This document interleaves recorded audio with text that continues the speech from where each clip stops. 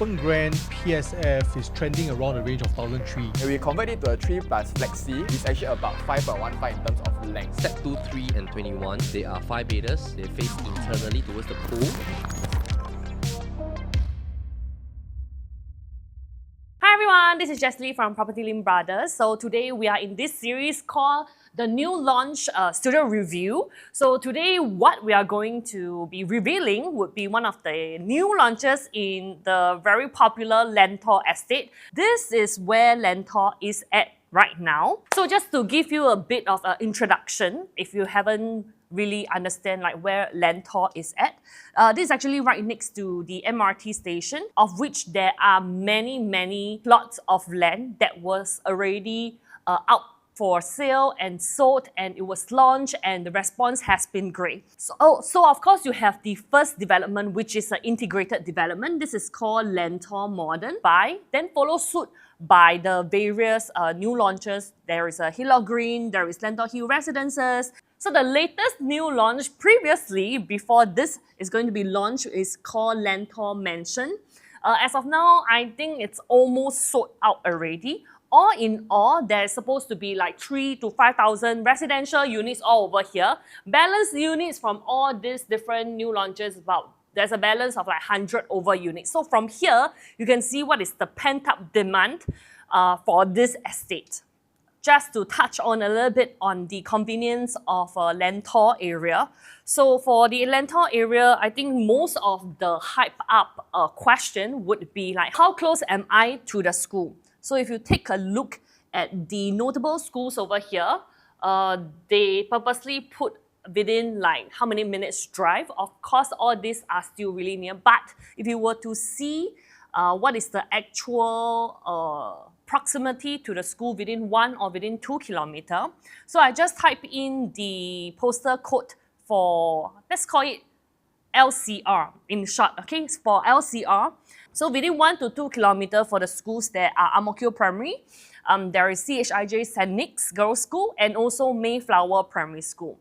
I think one of the key highlights to note is that because of the proximity of the radius, how it's supposed to work, St. Nick's is actually over here, right next to Panorama.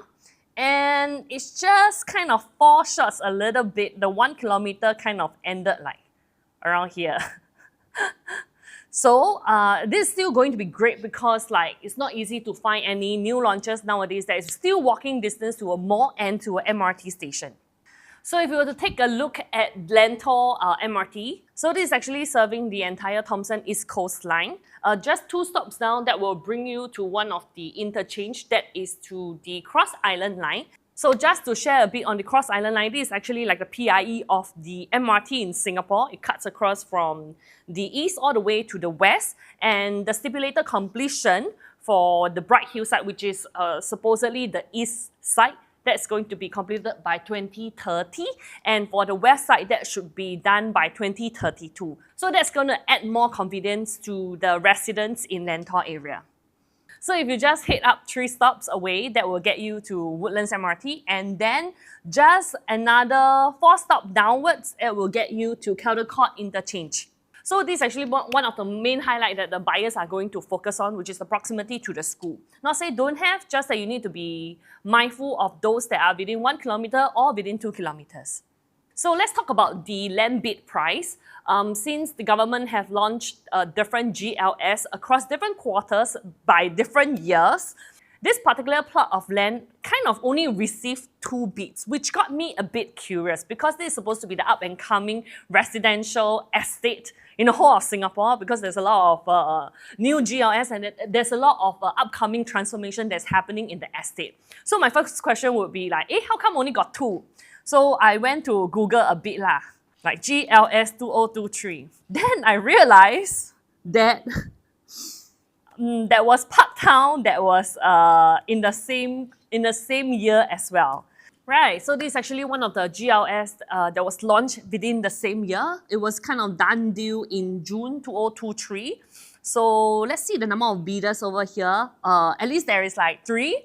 I'm not surprised why, because it's actually one of the mixed development, and it's quite rare to have a mixed development, a new up and coming mixed development in the Tampines estate. So just to give you a little brief on the background prices in the history of Lentor. So you can see the project name at this column here. You have Lentor Modern, followed by Lentor Hill Residences. You have Lentoria Hillock Green. This Lentor Gardens is going to be the next new launch after LCR. So if you see the land bids prices, right? So of course you have the Lentor Modern, which is a mixed development. This is asking at this was actually done deal at a slightly higher land price at 1,002 PSF per plot ratio. You notice there was a downward trend in terms of the land prices. This is actually really good info for new launch buyers to know, because the developers now will be more cautious and more competitive when it comes to pricing the units itself. So the actual price is actually at 982 PSF per plot ratio. Okay, so based on the latest new launch before this, which is Lentor Mansion, transactions-wise, since the launch of Lentor Mansion, the prices is actually floating around 2002 to 2003, and all the way until even for last month, the prices is still quite stable at 2002, 2003. So you can expect that if, let's say, this is going to be the next new launch in Lentor, price-wise, we might be able to see 2002 PSF onwards. Alright, so just to introduce you the three different developers, this is actually like a joint project for the developers. You have Hong Leong, you can Guaco Land, and of course you have another called CSC Land. So all these are really reputable developers. They have done many notable projects, and all these are really well done. Now to the specific of the Lentor Central Residences. All in all, we are expecting 477 units, of which this is going to be distributed to 2 different blocks. You have 2 different postal codes, and the max top story is about level 28 and 27. So just to give you an idea how this is going to look like, so every time we are presented with a site plan, the first thing we look out for is the direction, like where north, south, east, west is. So if you see, this is actually north. So it's quite clever. They managed to put the blocks or the residential unit in such a way whereby it's either you are mainly north or you are mainly south facing. So just to orientate you a bit how this project will be looking on the map itself, take a look at where this roundabout is going to be at. This will be the main entrance. And this is our map again. So this is where the whole plot is, and this is where the roundabout is going to be at. So remember, there is a tennis court right over here. So this is going to be just 5 minutes walk away from the MRT station and Lentor Modern. So for the unit mix-wise, you have a range from 1-bedder all the way to 4-bedder. And for the distribution, we are seeing about 10%, which is 60 over units for 1-bedder. Most of the units actually belong to a 2 to 3-bedder type. You have about 231 units for 2-bedder, and for 3-bedder is 248 units. So you can roughly see that, okay, this is going to be very popular for perhaps a couple. Or let's say next time they have a kid, then they will probably upgrade into a 3-bedder. 4-bedder, of course, is the rarest, about 10%. That's about 63 units as well. All right, so let's take a look at the facility. I think nowadays it's quite common. There seems to be a formula how facilities should be given to the residents in the project. Of course, you have your tennis court. I can see like there is 3 lap pools here. There is going to be like 3 different levels of facility within the block itself. For both blocks, you have some facility which is called the Sky Terrace at level 14. And for the other block, you have a rooftop pavilion on the other block at block 18. Okay, so some of the facilities that you can find would be a gym with a yoga room. There's a library, interesting. Of course, you have the function rooms. There is a pool, reading lounge. There is a garden pavilion. There is like kids pool for children. You have the barbecue pit, lap pool at 25 meters. There is a children's playground, tennis court, sports terrace, garden terrace. I think all these developers have done so many different condo projects. They know exactly what the buyers are looking for nowadays. So here's the distribution of how the units is going to be like, just to give you an orientation. If you see so the green ones are the one-bedder, then the blue ones are the two-bedder, followed by the purple ones, which are the three-bedder, and the pink ones are the four-bedder. Alright, so now let's move on to the floor plan. I think one of the biggest things that everyone is talking about is this term called post-harmonization. What it really means is that nowadays the developer, they can't sell you the AC latch anymore. So what you are seeing in terms of the size is really what you can enjoy internally in the unit itself. All right, let's take a look at the one-bedder floor plan first. So for the one-bedder, it's standing analyze on the spot, ma. Okay, so for the one-bedder, it is sized at 463 square feet. Very good size nowadays because you don't want something that is too small that might end up feeling like a studio instead. So you have an open kitchenette followed by the dining. You have the living. So this two is just level 1 and the other levels on top of the patio unit. You have your open kitchenette, the dining, living combined, followed by a balcony, and this is likely the AC latch, which is not included in the size. Then you have your Jack and Jill master bath, of which you can access both from the communal area and the master bedroom. Size-wise is really squarish. I think it's going to be ideal for people who are like bachelors, you are single, you are already familiar with the area, you want to stay over there. This might be the one for you. Okay, let's take a look at the plus study. So for the plus study, right, it's quite important to note where the study is. Is it together with the side of the kitchen or is it separate from the kitchen? Because that's going to limit or sometimes open up the possibility of having a bigger kitchen. So let's take a look here. This is our kitchen.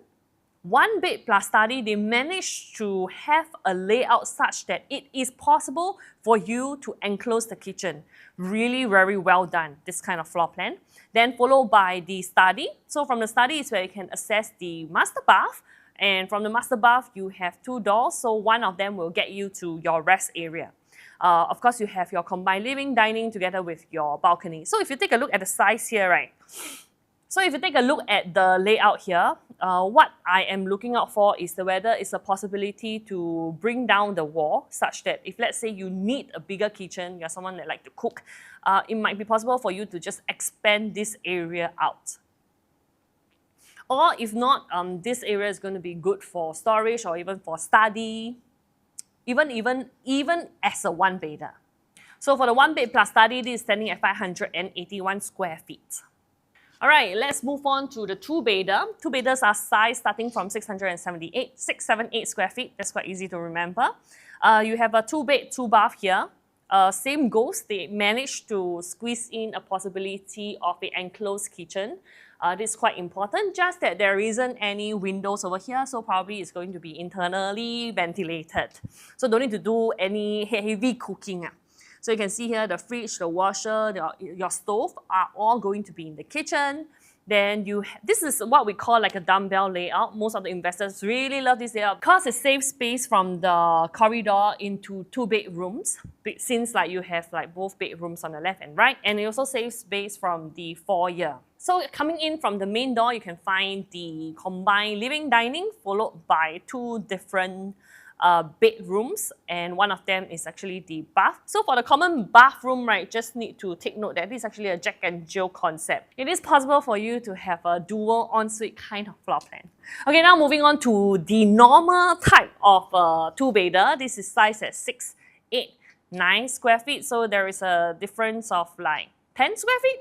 Okay, so this is what I was saying, because you have your normal meaning to say like all your bedrooms are towards one side. There is a certain space such that you need to dedicate to the common corridor area. Okay, but the floor plan wise is really ideal because if you have a two-bedder and there's still a possibility of having an enclosed kitchen, I think there's a lot of possibility and it provides a lot of flexibility for buyers, for residents, for tenants as well. So you have your countertop space on both sides in the kitchen, followed by the dining. Oh, I love that the dining is right beside the kitchen. In case like you're thinking like doing an open concept kitchen where your kitchen meets the dining, I think this is going to be a good possibility to explore. Also, just to take note, both of the bedrooms probably are about 9 square meter. That is the standard size. So long as you can fit in a queen size, it's actually quite ideal already. So things to note would be that both bathrooms do not have any windows, so it's going to be internally ventilated. Okay, move on to the plus study. So for the study, there is actually two different layout. So for plus study, there's actually two different layouts. Size-wise is 786 square feet. So things to note is that the study is actually right next to the kitchen. Kitchen seems a little bit bigger than your compact two-bedder. This is a dumbbell layout. So the layout for the two-bed plus study, there's actually two different variations. Mind you, what I said was like you need to take note of where the study is.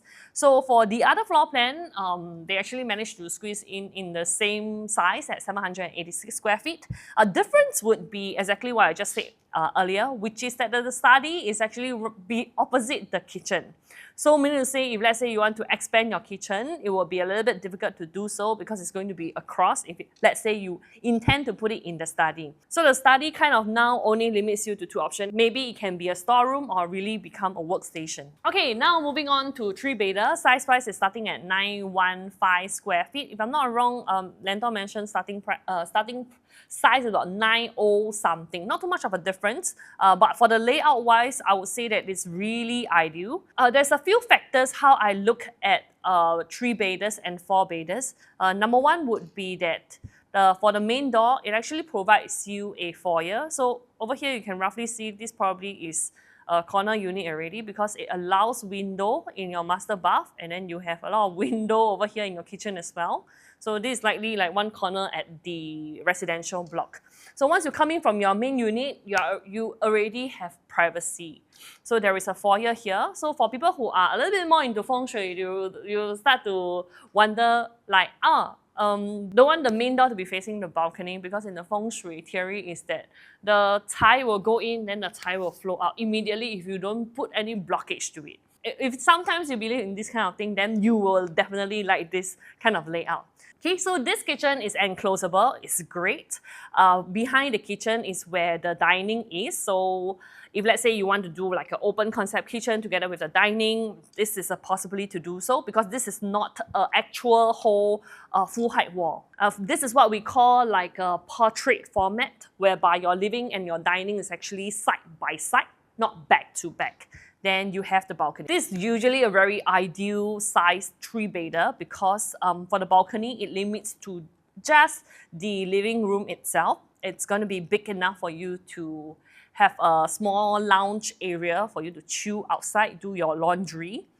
Whereas there may be certain three-bedder of which the balcony may extend all the way to the first or to the second bedroom.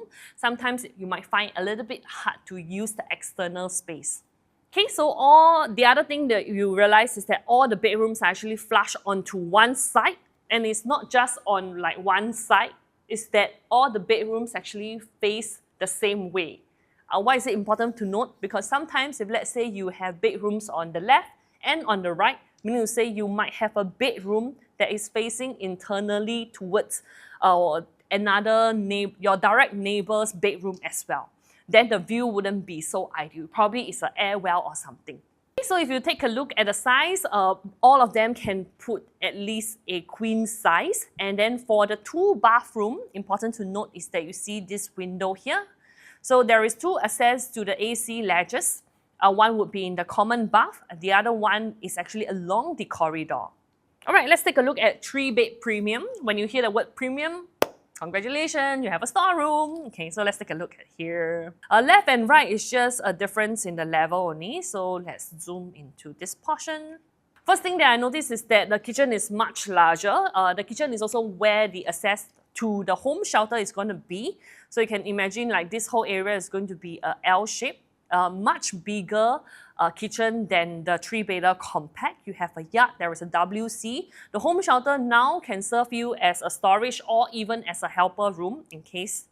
So for the layout wise, slightly different because if you see where the main door is, this actually leads you all the way into your dining, your living, meaning to say if you just open the door, then people can already see your dining table already. The layout for the living room is the same. It's a portrait format. I'm not too sure like how y'all think about portrait format versus landscape format. Like which one do you prefer? Actually, you can comment in the video down here. Okay, so this is also a normal kind of layout whereby all your bedrooms are towards the one side. Size-wise, is about the same as a 3-bedder compact for the bedrooms. So all can fit in at least a queen size. Then you have your 2 bathroom, of which both also got window. Very important to note.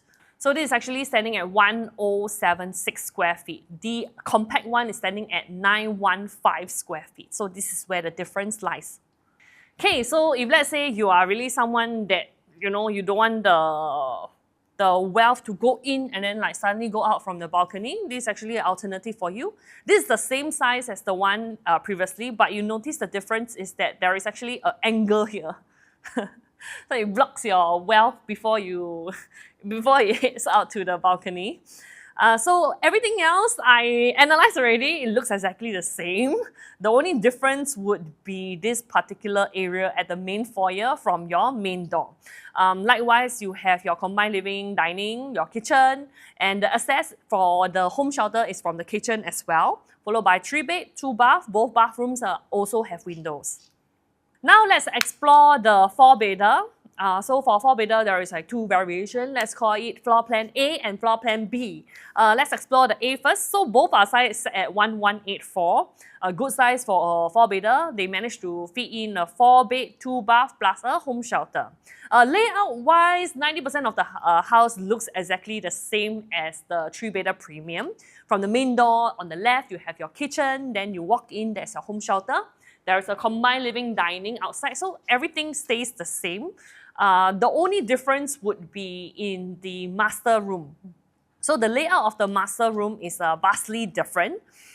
So once you head in, you realize that this whole master room actually sets back than the rest of the bedroom. So all these are facing on the same level with your living room, but once you have your master room, it actually sets back a little bit. Now, I can't really pinpoint what exactly the difference is, just that when you come in, I will feel like the room is slightly smaller. Then you have another area for the walk-in wardrobe, of which you realize this is actually a very long walkway. I think that's the main difference. Number one would be the setbacks from the main units. Number one would be the setback from the bedrooms. So it's slightly at the back a bit. I would think like if I were to stand here and I look out, you realize like your entire right side is actually a wall. I mean, it's okay if let's say there is a west facing, then okay lah, it blocks out for you. But if not, I feel that sometimes the view might be a bit obstructed. Okay, let's see option B. So same wise, option B, 90% looks the same as the 3-bedder premium. You have your combined living, dining, balcony, then your kitchen, home shelter, 3 beds, and then a bathroom with a window here. Now the difference is in the master room. So for here, the setback is not as big as option A. So for the B master room, it's actually almost the same line as your other bedrooms. I actually quite like that. At least like you see the same thing. There's not a long wall that is blocking your view. Another thing is that you realize once you walk in, okay, so once you enter your room, right, you have a walk-in closet right over here. You realize that the walkway from your room is much lesser. Yeah, so more space is actually dedicated to the entire room itself. So I'm going to flip up, flip down for you. Okay, so it's option B. You have a walk-in closet here. Okay, this is option A. Then you see like you have to walk feel like you have to walk 1 round here. So the walk-in closet, if let's say it's in an L shape, it seems to save up a bit more corridor space so that you can have angle here. Another reason why I like, other than the view and the walk-in closet, a shorter distance to your bathroom, would be that this actually serves as a possibility for me to not use this as a walk-in closet.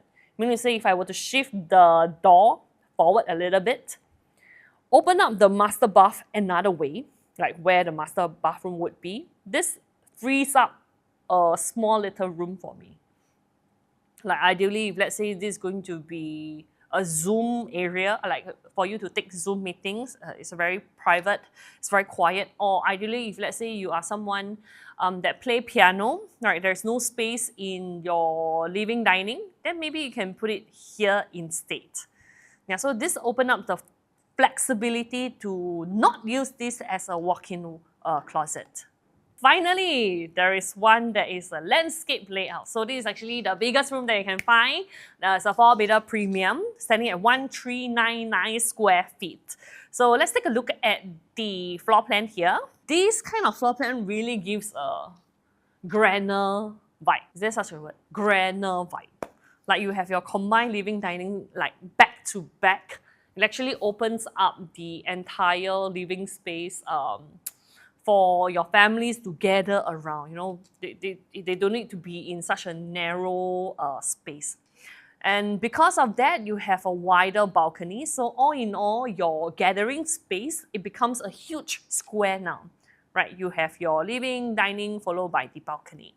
Okay, so good thing for feng shui people, once you come in, your wealth will be blocked right over here. So there's privacy, good to note. I also quite like that the home shelter is here. Why? Because home shelter is something that you cannot bring down, you cannot alter, you cannot hack. It's just there. There is a box in the entire stack. So it's good that it's actually right at the corner of the layout. Like, okay, it's already there. Okay, I'm not going to touch it. I don't need to touch it anyway. Just cover it up if the door doesn't look great. So once you come in, there is a foyer for privacy. That's great. This is your kitchen area, good size. Okay, so you have a kitchen area together with your window. The stove, they give you 3, according to the floor plan. Okay, then if you head in, it's like a T shape like that. You have your yard together with a store and a WC. So since you already have your home shelter for your own storage, ideally, if let's say you can convert this whole space can be your helper's private ensuite. You know, there is a bed, there is some space, there is window, and there is a WC for her. All right, layout-wise, vastly different, I would say. So out of the 4 bedrooms, 2 bedrooms actually share a bathroom. This is like a Jack and Jill concept. It's going to be great if let's say you have 2 girls, they need their own bathroom access. This is going to be great for people who really appreciate privacy. Let's say you have 2 kids, then the 2 kids will share 1 bathroom. Because sometimes maybe you like outside got gathering, your auntie, uncle there, then like don't need to keep going into the common bathroom. Okay, you have a common bathroom from here for your guests to use. Then for the 4th bedroom, bedroom number 4, this is actually towards the other facing, but do take note, this is actually a Jack and Jill concept. Meaning to say you can actually turn this into a junior master. Oh, wait, why I think so long? Okay. Okay, so if you see here, this bedroom 4, even though it's facing another way, this is actually a Jack and Jill bath, of which you can change this into a junior master as well. Bedroom-wise, they all look almost the same. All should be able to fit a queen size. Then followed by the master room, and they give a walk-in closet. Really smart. Look at nowadays, we need a lot of rooms. 1 is for you to sleep. 1 is for you to put your clothes. 1 is for you to work from home. So just 1 person alone, right, you minimum need 3-bedder. Okay, so now that you have seen all the floor plans, let me know like which is the ideal 2-bedder, which is the ideal 3-bedder that you like, which is the ideal 4-bedder that you like. Let's talk a little bit on the floor plan in the comments. Alright, so we have come to the end of the review for Lentor Central Residences. I think if let's say you are looking to buy a new launch, then you want something that is still very affordable. Lentor mentioned the previous new launch.